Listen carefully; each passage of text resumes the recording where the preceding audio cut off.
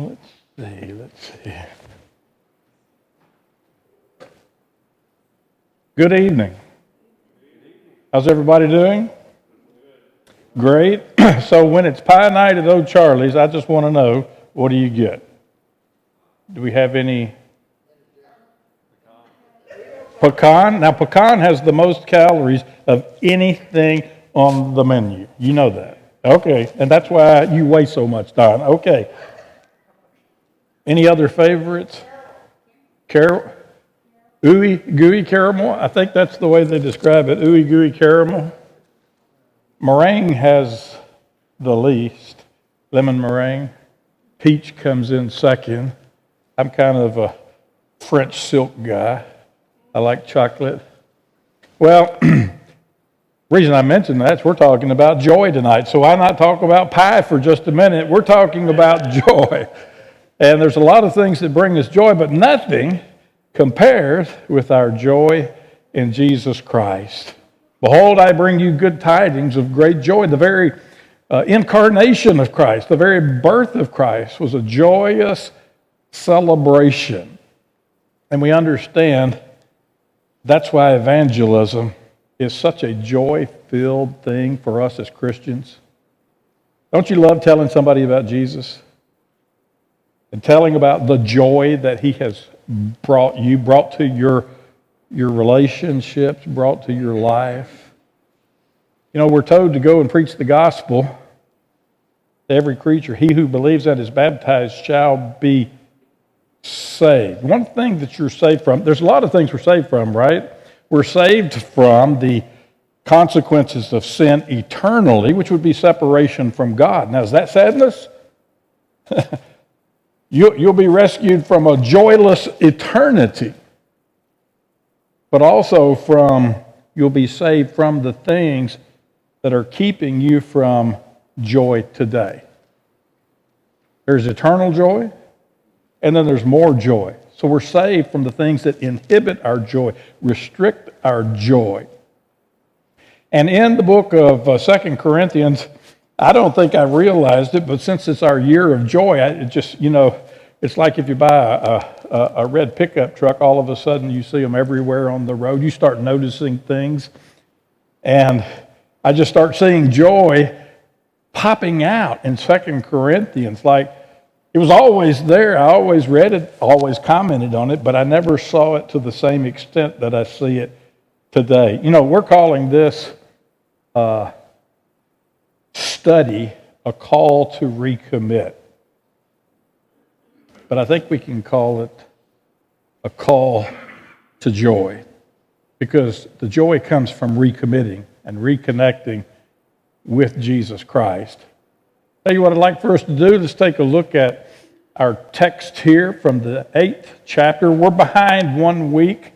Something happened to the clicker and it wouldn't move as fast as it was supposed to. I think that was 2 weeks ago, but in any case, we're studying chapter 8 tonight.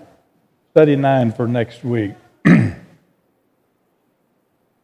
We want you to know, brothers, about the grace of God that has been given among the churches of Macedonia.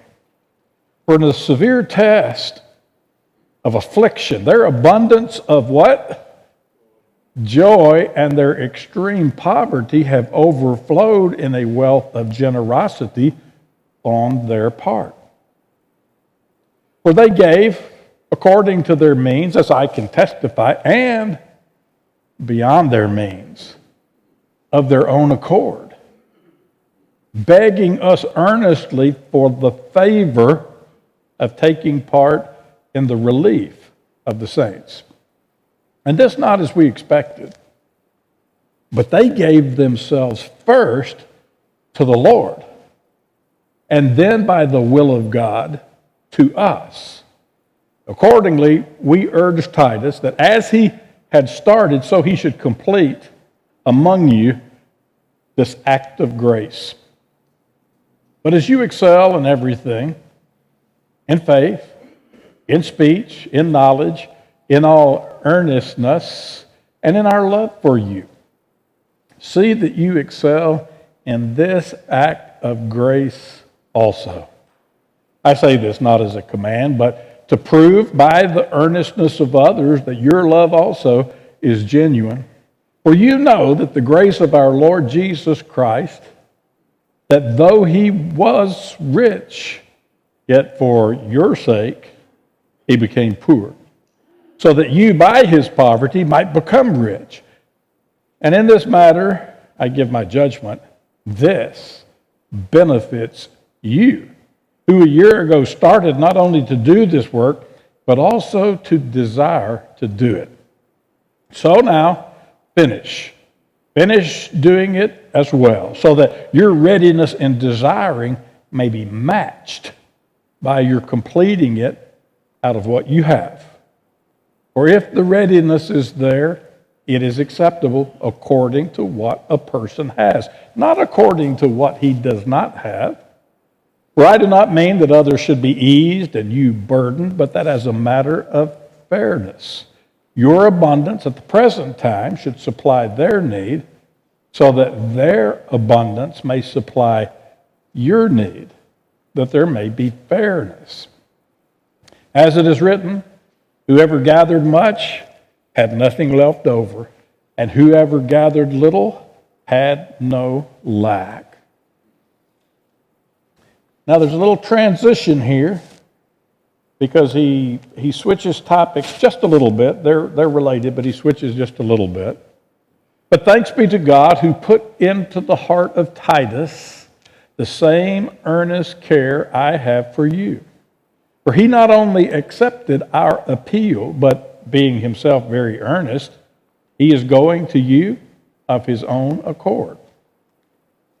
With him we are sending the brother, who is famous among all the churches for his preaching of the gospel.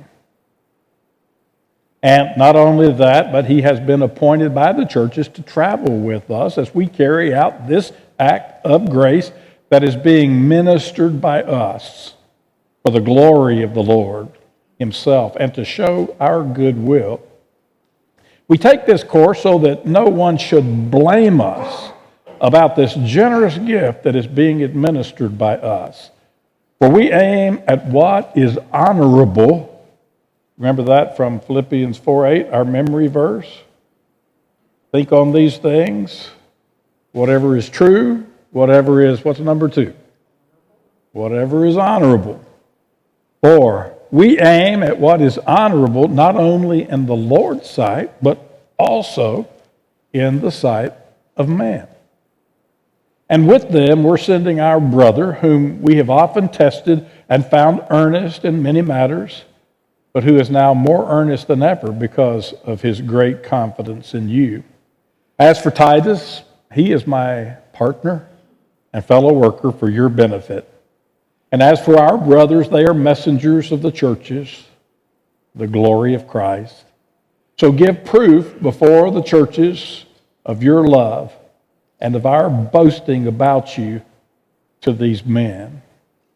Let's go back to the beginning of the chapter, if you'd help me out, Rick.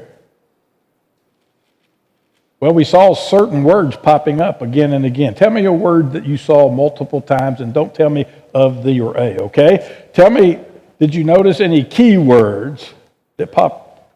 Grace. It is just jam-packed with grace. Does that tell you anything about the Christian faith? It is grace-centered. And that is important for us to understand. That's bedrock. Anything else you saw? A word coming up? Earnestness. So on one hand, there's the grace of God. That's God's part, and it works in us and through us. And then he talks about earnestness. And this is the way that we're supposed to operate because of our gratitude for the grace of God. So God's grace helps us to be gracious to others, and we show that through earnestness because of gratitude for that grace. All right. As we get started here, you can obviously know something about the theme of this chapter. What is the theme of this chapter if you were going to pick? What's he talking about? Giving. So last week in chapter 7, we looked at the joy of holiness, the joy of cleansing within and without. We saw the joy of fighting the good fight with the weapons of God in the right hand and the left hand. We saw the joy of fellowship. We saw the joy of faithfulness when Titus brought back this report that they were being faithful. In this chapter, two kinds of joy are highlighted. And one of them, the first one, is the joy of giving. The joy of giving. And some folks don't know that joy. And they are depriving themselves of what God wants for them to experience. It's not just what you're doing for others, but what God is doing to you.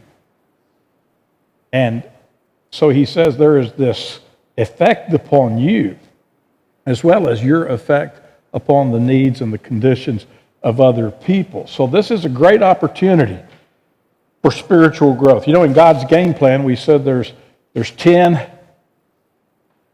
milestones of spiritual growth to be a mature Christian, to be a disciple of Jesus Christ, to live abundantly. And you remember on the second half of the field, not the mastery side, but the ministry side, where you're giving back, that one of the elements there was stewardship. It was giving. We serve, we give, we share our faith. That's what we do on that ministry side of the field. You serve, you give, you share your faith. What's he going to talk about in this chapter? Two of those. He talks about the joy of giving, and he talks about, in the example of Titus, the joy of service. We look at his example.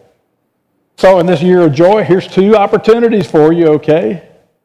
There's lots of things we could talk about. We talked about going to pray more, the joy of prayer. We talked about gripe less. We talked about think better thoughts.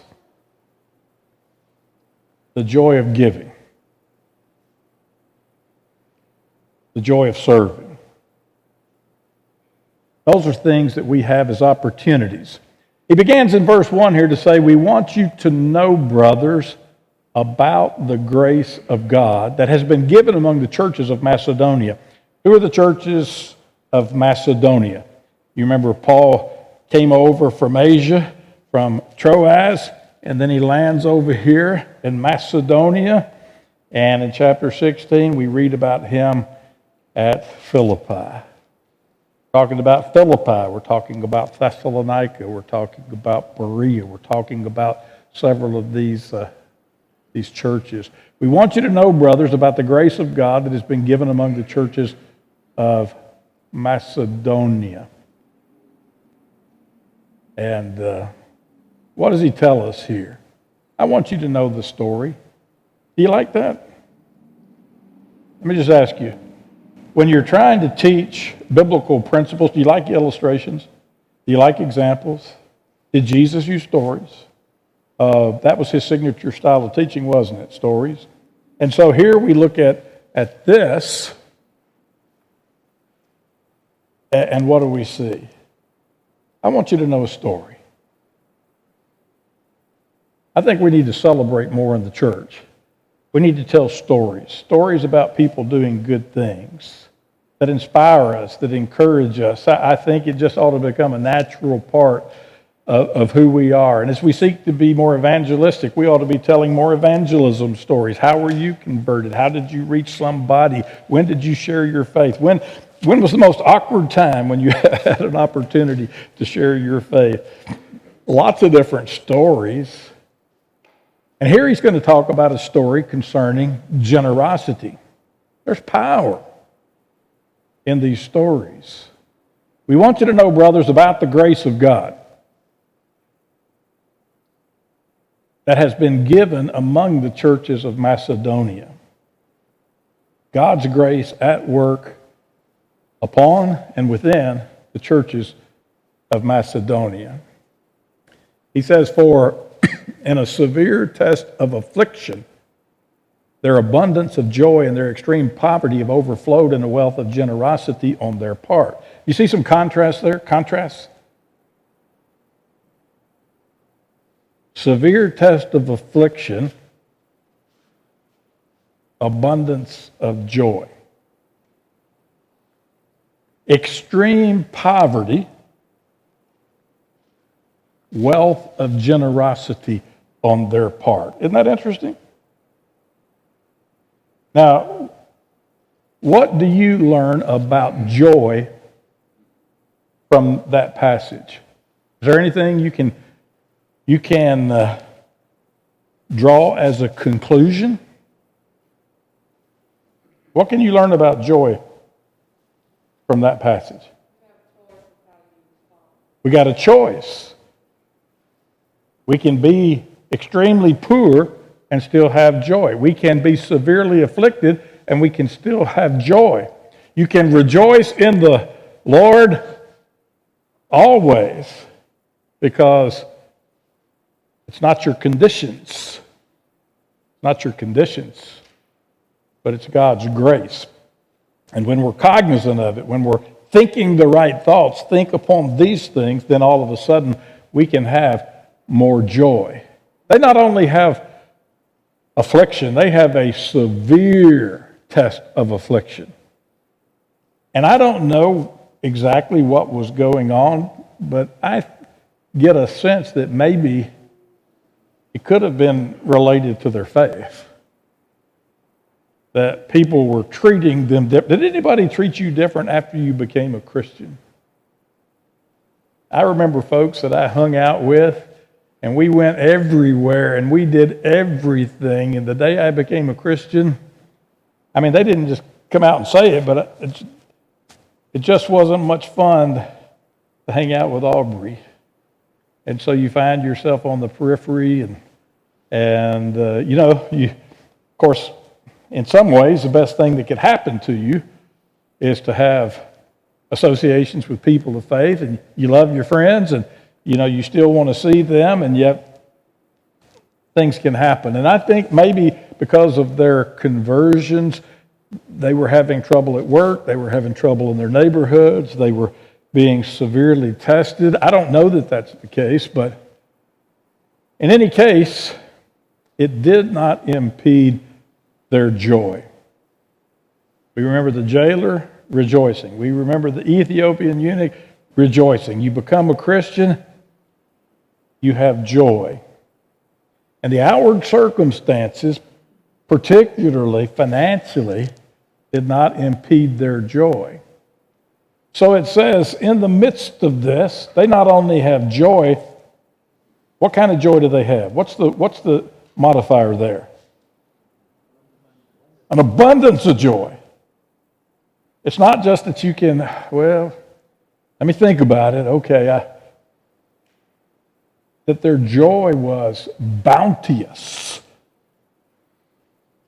And he says this abundance of joy, even in the midst of this extreme poverty, and in some ways, because of this extreme poverty, have overflowed. Now, we saw the word overflowed before. Do you remember that in the last chapter?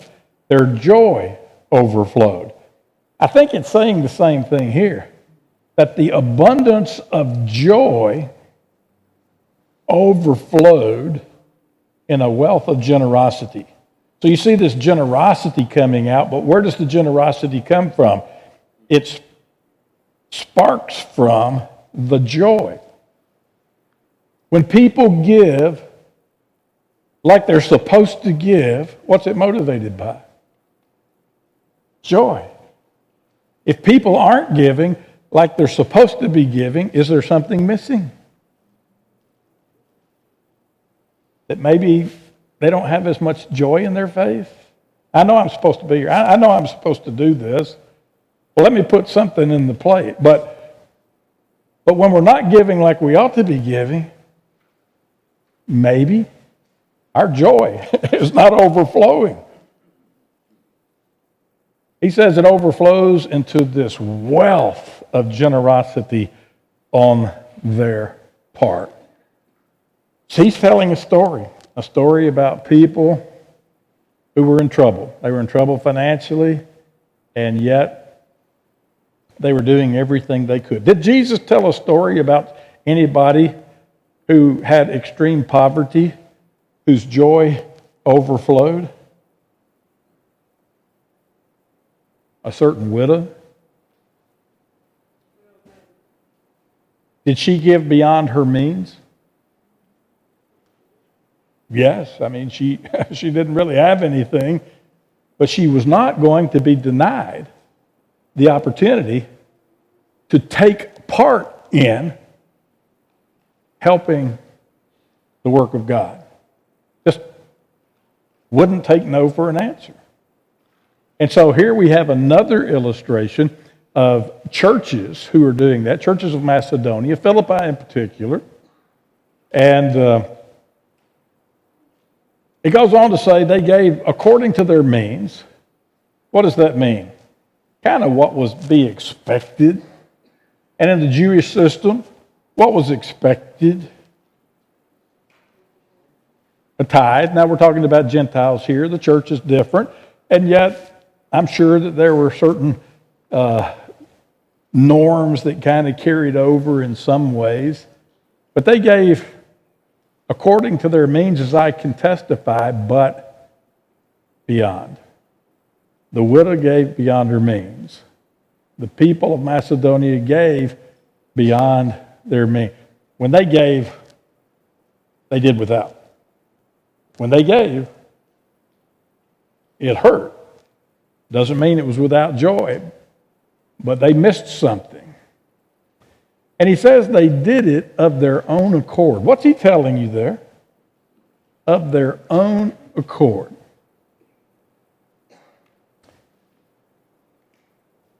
I think what he's telling us is that this is genuine, springing from their hearts. It's not that anybody had to browbeat them. What does browbeat mean, by the way? Does anybody know what browbeat means? Talking about that stare, I may not hit you with my fist, but I will beat you down with my stare, with my brow. So there can be ways of coercive tactics, where the heart is not what is producing the act, but it's the external pressure placed upon someone. What about these people?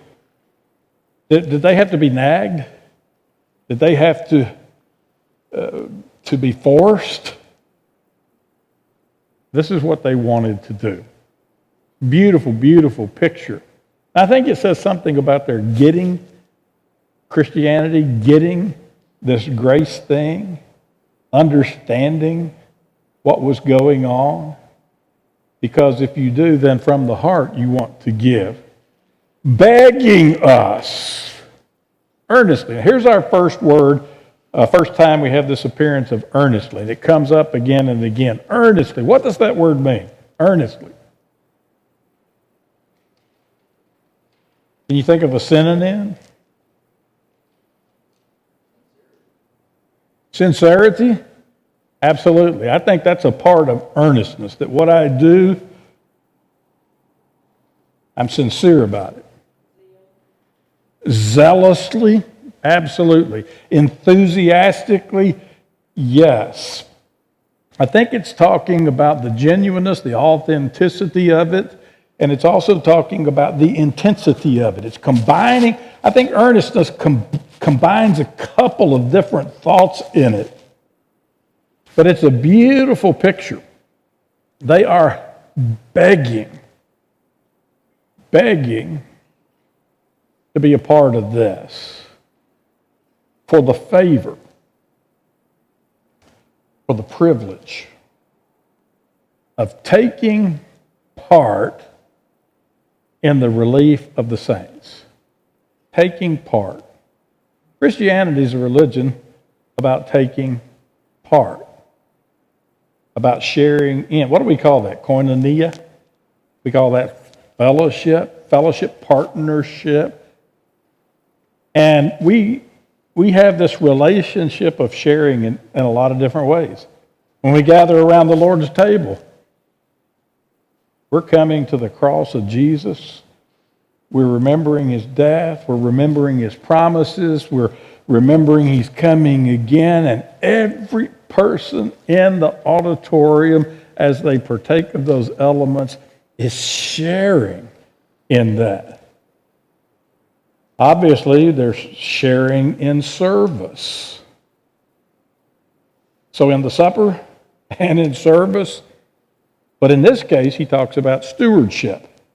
That when we give to missions, we have a relationship of sharing. That on every continent, Old Hickory has a part. You have a part. Lives are touched. People are blessed. Souls are saved. And we share in that on all of these different continents. Begging us earnestly for the privilege, if you get giving, then you see this attitude. It is for the relief of the saints, for the ministry to the saints, service to the saints. Well, and this is not as we expected. Not as we expected. They you think they made an impression on Paul? He expected a response because when you share the gospel and people become Christians, you expect certain things. But he says, this surpassed my expectations. They gave themselves first to the Lord and then by the will of God to us. And here's the way that I would take that this was not an isolated case. In other words, sometimes people may get involved in something and they do something, and they can do it for a lot of different reasons, maybe because their friends are hanging out, maybe because of coercion, maybe they genuinely want to do it. But what you see here is that when you give yourselves to the Lord first, then as Titus says, the book of Titus, you're going to be ready unto every good work.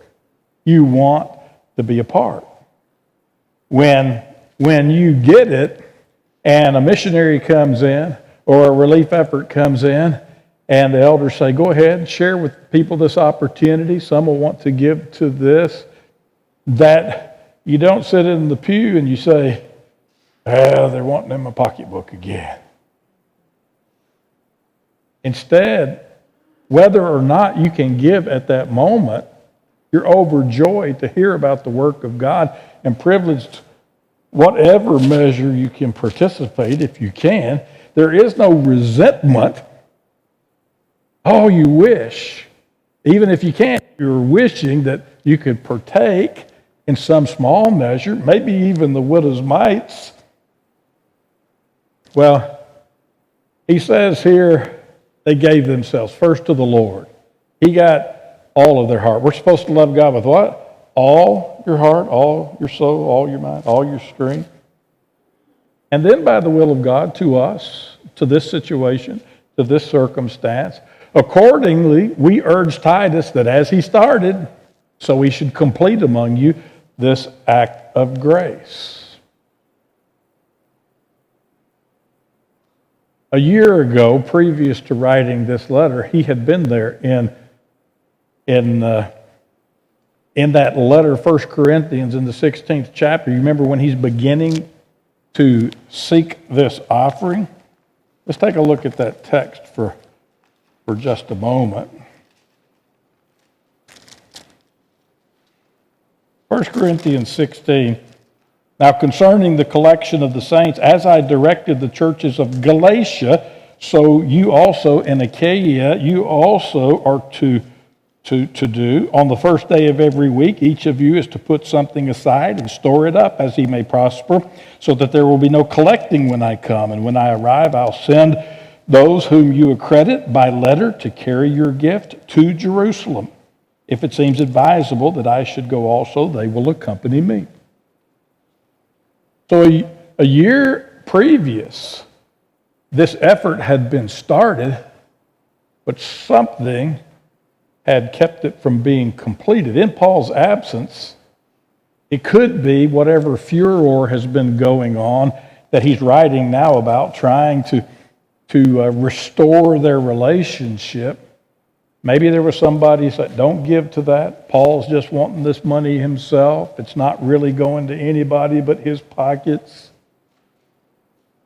So he says here, accordingly, as we saw this generosity on the part of the Macedonians, we urge Titus that as he had started, he should complete among you.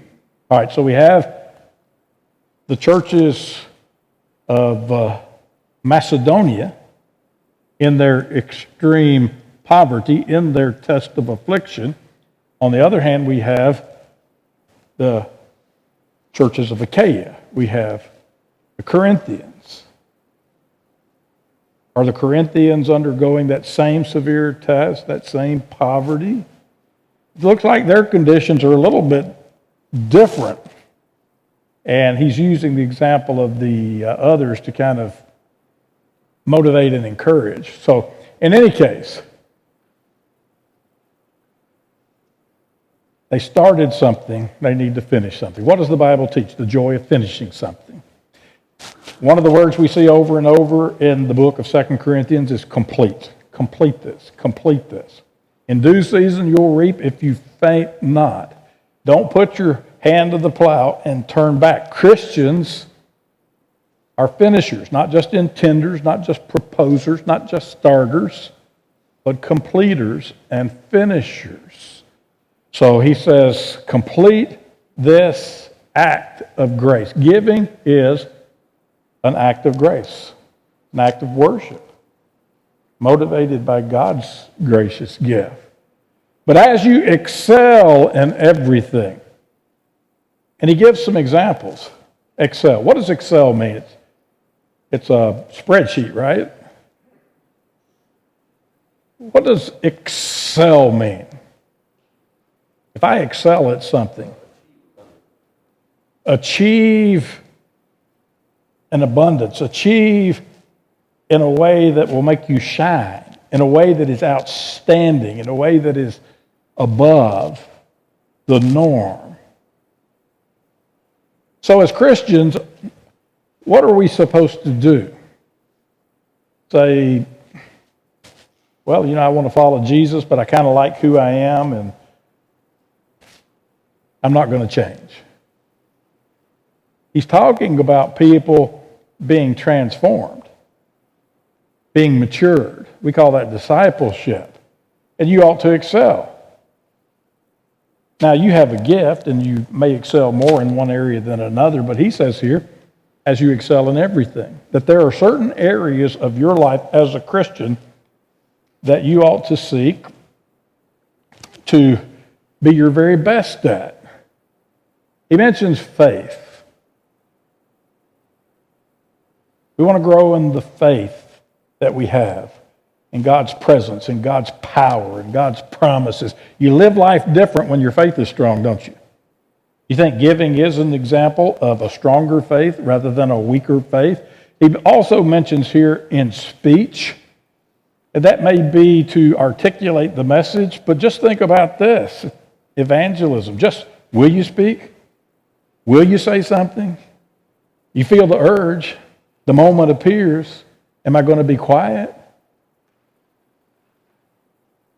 As you excel in faith and in speech and in knowledge, I want to grow in knowledge.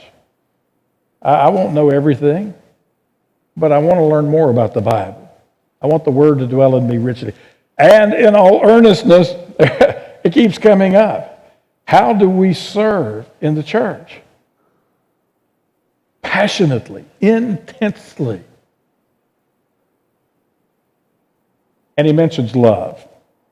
This mentioning of love is kind of peculiar. This love, in our love for you, it's a very awkward wording, but I think it's the kind of love they have for him that was inspired. You have to look, maybe you can get a chance to look at it. Am I out now? If I disappear? Do I need to go up to the pulpit? Oh, no. Let's go. I've only got just a minute. So step back here. All right. So, excel in this grace also. Have you ever heard anybody say, well, I don't give financially, but I give my time?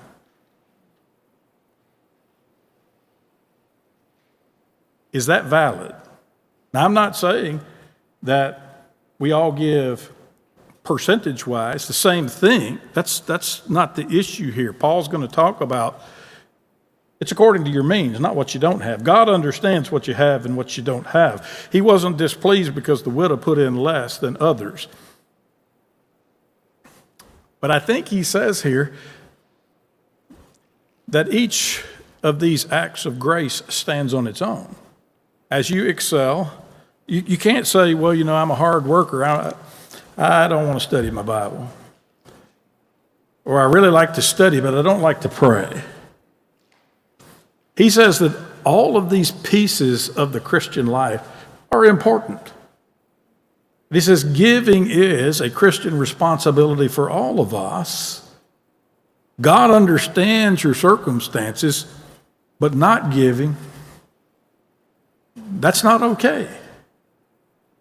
You ought to seek to excel within your circumstance. And that's a matter of conscience, isn't it? That you know in your heart, and you know that God knows, God understands. So excel in this grace also, this act of grace.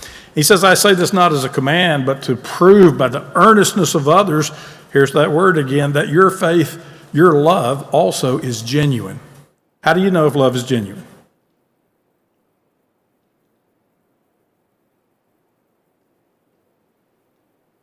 When the plate is passed on Sunday morning,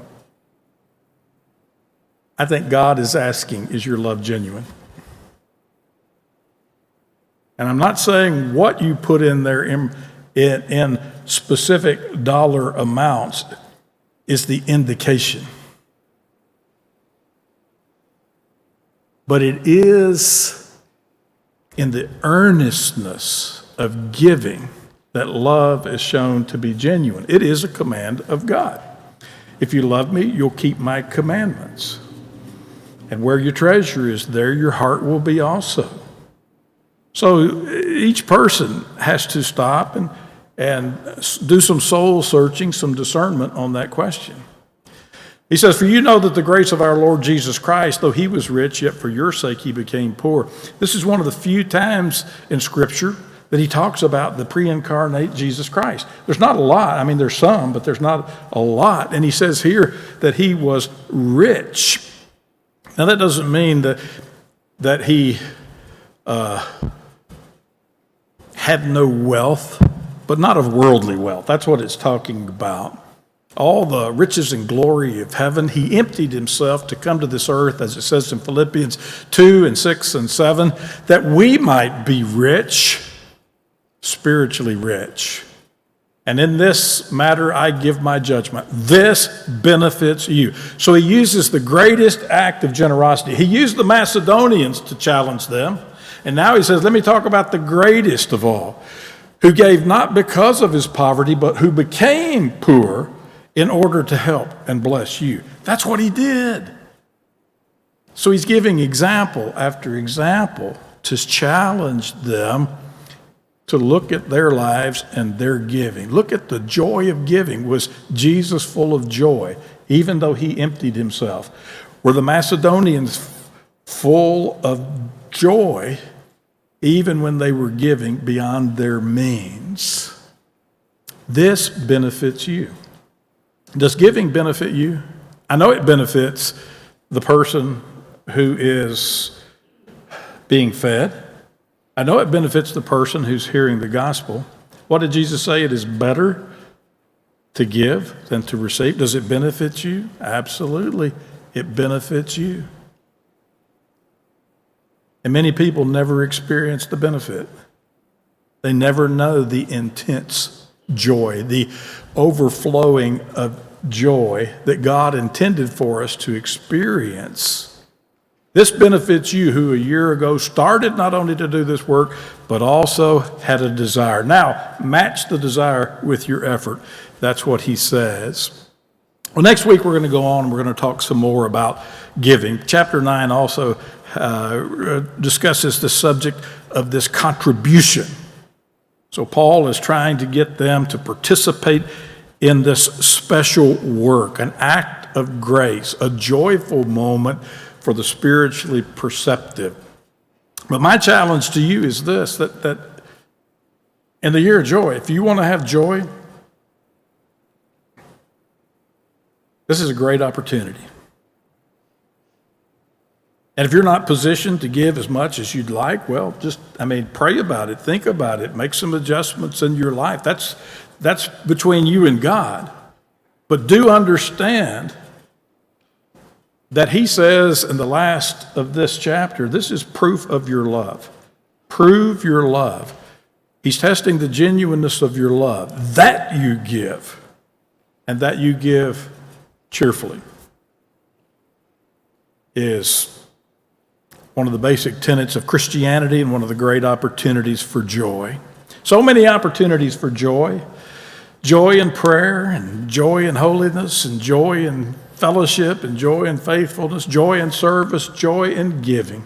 I love that we're going to finish tonight on this example of Jesus Christ, who gave himself first in becoming incarnate and emptying himself to become incarnate, to become human, to become flesh and blood, but also giving himself where? At the cross. He emptied himself in the incarnation. And he sacrificed himself at Calvary. And the Bible tells us that for the joy that was set before him, he endured the cross. I hope that if you're here tonight, you're not a Christian, that you'll find the joy of first giving yourself to Jesus and then giving yourself to us and to the work of Jesus. If you need to be restored to Jesus, know the joy that comes in living for him. Living for him how? What's the message tonight? Earnestly. Earnestly, sincerely, fervently. Recommit. When you recommit, you're reclaiming your joy. Do you need to be baptized? Do you need to be restored? If we can help you, won't you come as we stand and sing?